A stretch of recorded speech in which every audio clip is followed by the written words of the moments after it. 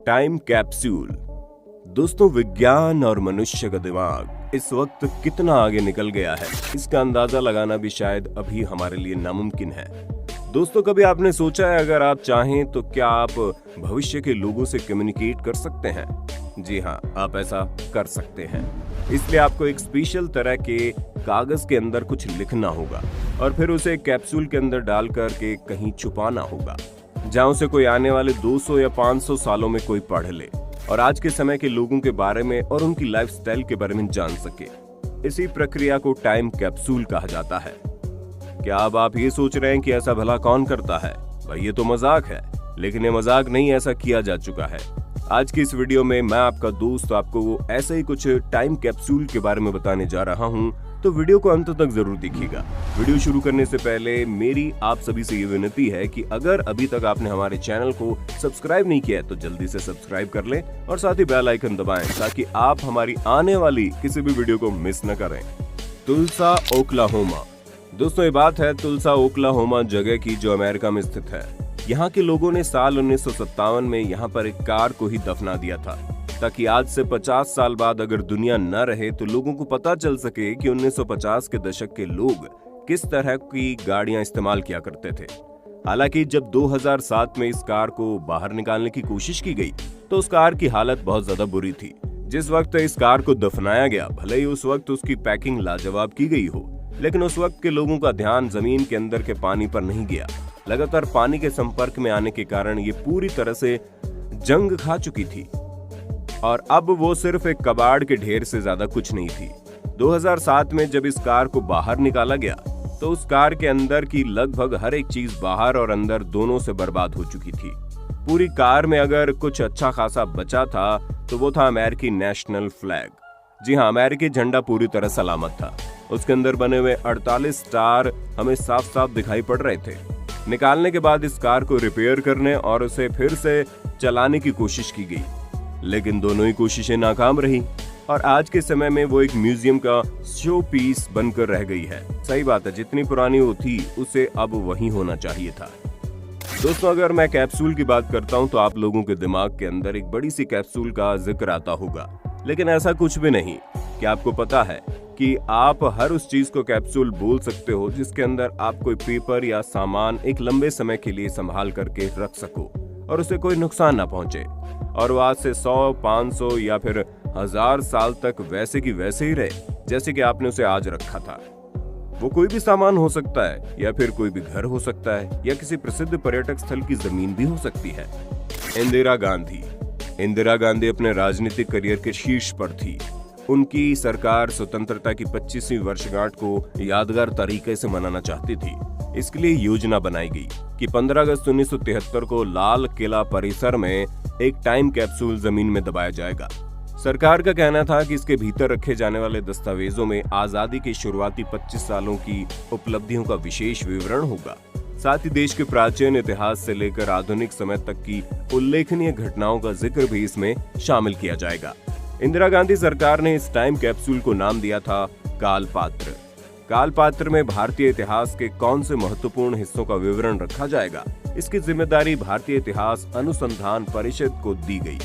Madras Christian college में इतिहास के प्रोफेसर एस कृष्णा स्वामी इस सामग्री को तैयार कर रहे थे, लेकिन ये योजना शुरुआत में ही बौद्धिक और राजनीतिक हलकों में विवादित हो गई। कृष्णा स्वामी ने कालपात्र के भीतर रखे जाने वाले दस्तावेजों की एक प्रति तमिलनाडु के अभिलेखागार आयुक्त और प्रसिद्ध इतिहासकार टी बद्रीनाथ को भेज दी। वे इस पर उनकी राय जानना चाहते थे। बद्रीनाथ ने सामग्री के अध्ययन के बाद खुलेआम इसकी आलोचना कर दी।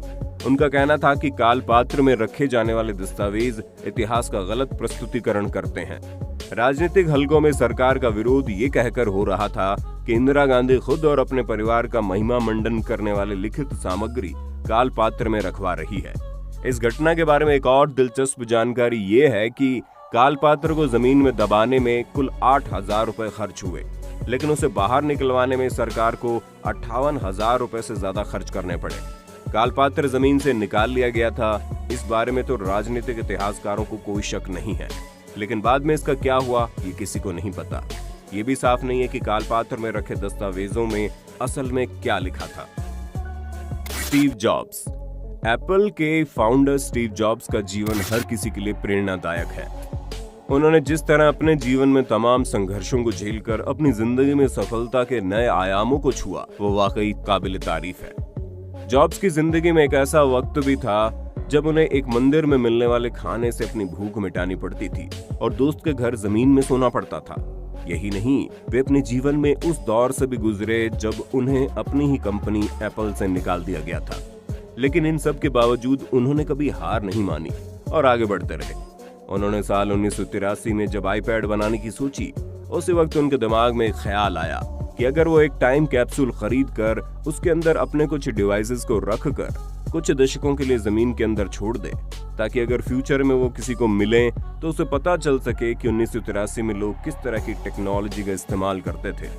इसी के साथ उन्होंने एक टाइम कैप्सूल खरीदी और उसके अंदर कुछ सामान जैसे कि कुछ बियर बॉटल्स, मूडी ब्लूज की एल्बम और एप्पल के पहले कंप्यूटर का माउस, ये सब सामान उस 3 फीट लंबे टाइम कैप्सूल के अंदर डाल दिया गया और उस कैप्सूल को जमीन के अंदर कहीं गाड़ दिया गया।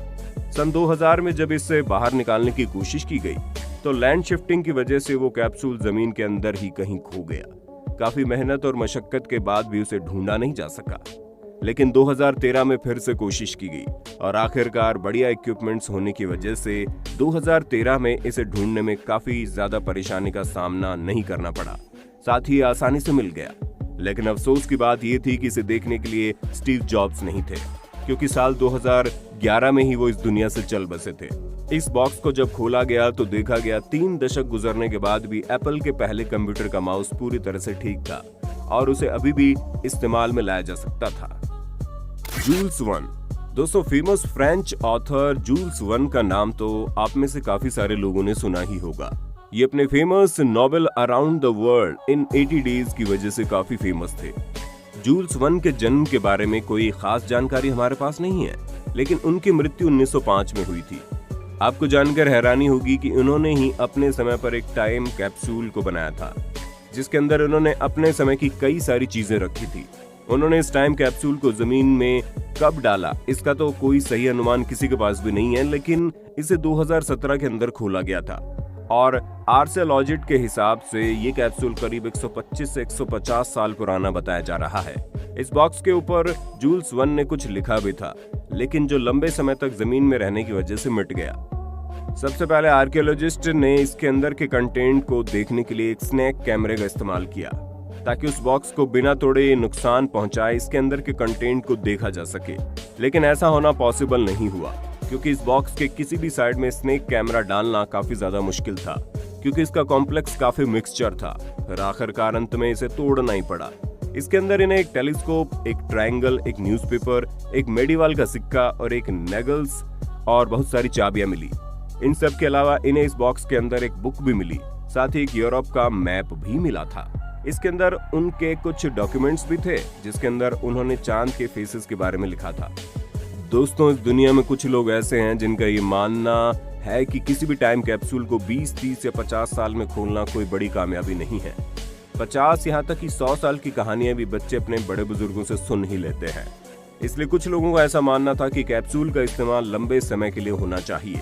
साथ ही इसके अंदर हमें हमसे और हमारे इतिहास से जुड़ी हुई चीजें डालनी चाहिए, ताकि आगे चलकर लोग धीरे धीरे 500 या 1000 सालों में अपना इतिहास बोलने लगे। तब ये कैप्सूल उन्हें उनके अतीत से रूबरू करवाए। 1957 टू 1957।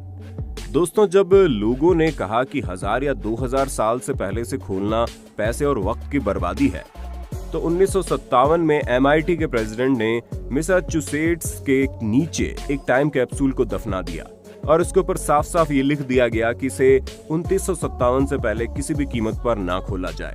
और 1000 साल बाद लोगों को ये जब मिले, तब उस वक्त के लोगों को 1957 में यूज की जा रही टेक्नोलॉजी के बारे में जानकारी मिल जाए। लेकिन उनकी ये सोच पूरी नहीं हो पाई, क्योंकि एक कंस्ट्रक्शन वर्क के दौरान ये कुछ वर्कर्स को मिला जो वहां काम कर रहे थे। फिर उन वर्कर्स ने वो कैप्सूल ले जाकर MIT के प्रेसिडेंट को दे दिया। दोस्तों, देखने में तो ये ग्लास ट्यूब की तरह था, जिसके अंदर की चीजें बाहर से साफ नजर आ रही थी। इसके अंदर इन्होंने कुछ छोटे छोटे इलेक्ट्रॉनिक डिवाइसेस, एक स्टैंडर्ड ट्रांसमीटर का एक्सपेरिमेंटल अल्टरनेटिव और बहुत सारे पेपर के साथ साथ कुछ रिसर्च वर्क्स भी डाले हुए थे।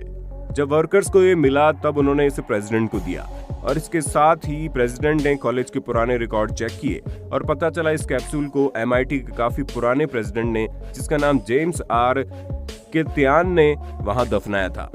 उन्होंने इसे एक न्यूक्लियर साइंस के न्यूक्लियर लिबर्टी के खोले जाने के सेलिब्रेशन के दौरान जमीन के अंदर दफन किया था। इसके अंदर डाली गई चीजें और लिखा गया कंटेंट 1000 साल तक सलामत रहे, उसके लिए उन्होंने इस कैप्सूल के अंदर ऑर्गन गैस भरी थी और फिर इस ग्लास को हैवी प्रेशर के अंदर एक ब्लू टॉर्च के जरिए सील कर दिया ताकि जब वर्कर्स को ये मिला तब किसी ने इसे नहीं खोला और इसे वापस वहीं दफना दिया गया जहां ये पहले दफनाया गया था, ताकि आगे आने वाले सालों में या फिर आज से करीब 900 सालों के बाद कोई इंसान इसे यहाँ से निकाले और समझे पहले की दुनिया में यानी कि 1000 साल पहले कैसे जीवन था, हम किन चीजों के ऊपर रिसर्च कर रहे थे और हमारे लिए क्या नामुमकिन हुआ करता था। तो बस दोस्तों, आज की वीडियो में बस इतना ही। वीडियो पसंद आई तो वीडियो को लाइक करें, शेयर करें और हमारे चैनल को सब्सक्राइब करें ताकि आने वाले किसी भी वीडियो का नोटिफिकेशन आप मिस न करें।